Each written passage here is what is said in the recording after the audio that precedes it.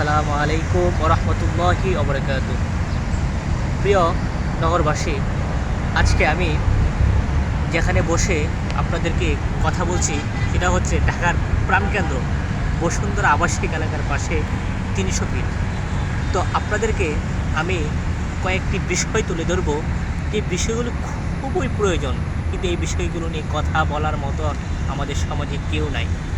যে বিষয়গুলো আমি প্রতিনিয়ত ভাবি, আমাকে ভাবতে বাধ্য করে, সেই বিষয়গুলো হচ্ছে আমাদের নগর, আমাদের পরিবেশ, আমাদের পরিচ্ছন্ন রাখার দায়িত্বটা এটা কি রাষ্ট্রের নাকি আমাদের?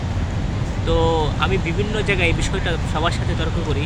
আমি সবাইকে বলে থাকি রাষ্ট্রকে পরিচ্ছন্ন রাখা, আমাদের পরিবেশকে পরিচ্ছন্ন রাখা, এই দায়িত্বটা হচ্ছে সবচেয়ে প্রথম আমাদের।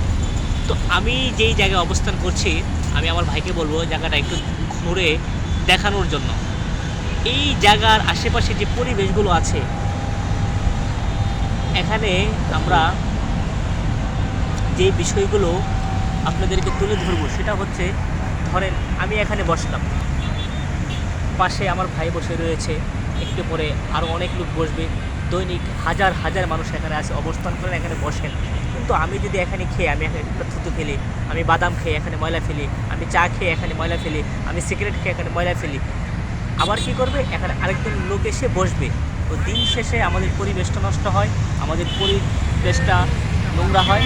তো আমি আপনাদের প্রতি আমার যে বিশেষ একটা রিকোয়েস্ট থাকবে, সেটা হচ্ছে আমরা যেখান আমি নিজে বসি, আমার পরিবারের সদস্যরা বসে, আমার সমাজের লোকেরা বসে, ওই জায়গাগুলো বিশেষ করে আমরা ময়লা ফেলবো না, আমরা থুতু ফেলবো না, আমরা নোংরা করবো না, আর পরিবেশটাকে আমরা সুন্দর রাখবো।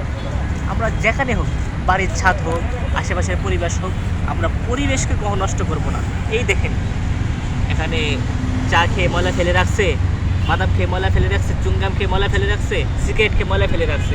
তো বসার মতন একটা জায়গা নাই, অথচ সরকার আমাদেরকে খুব সুন্দর একটা পরিবেশ তৈরি করে দিয়েছেন, অথচ এই পরিবেশটাকে আমরা ধরে রাখতে পারি নাই।